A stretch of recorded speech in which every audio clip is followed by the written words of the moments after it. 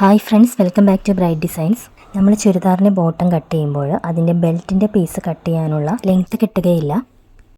Length കിട്ടാത്തതുകൊണ്ട് നമ്മൾ pieces join ചെയ്തെടുക്കുകയാണ് ചെയ്യുന്നത്.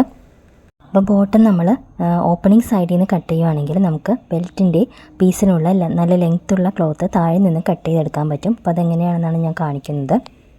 ഇനി നല്ല വണ്ണമുള്ളവരാണെങ്കിൽ പോലും അധികം പീസസ് ജോയിൻ ചെയ്യാതെ 1-2 പീസ് മാത്രം ഇങ്ങനെ കട്ട് ചെയ്തെടുക്കുമ്പോൾ നമുക്ക് ജോയിൻ ചെയ്താൽ മതിയാവും. ഇപ്പോൾ ഇത് നോക്കൂ, ഞാൻ മുകളിൽ ഓപ്പണിംഗ് സൈഡിൽ നിന്നാണ് പാൻറ്റിൻ്റെ പീസ് ഡ്രോ ചെയ്ത് കട്ട് ചെയ്തെടുത്തിരിക്കുന്നത്.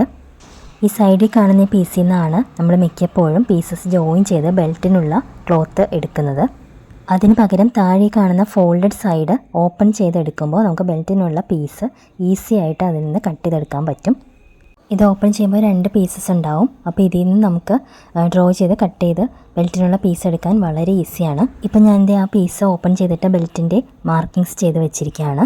എനിക്ക് 40 ഇഞ്ചാണ് ഹിപ്പ് റൗണ്ട് എടുക്കേണ്ടത്.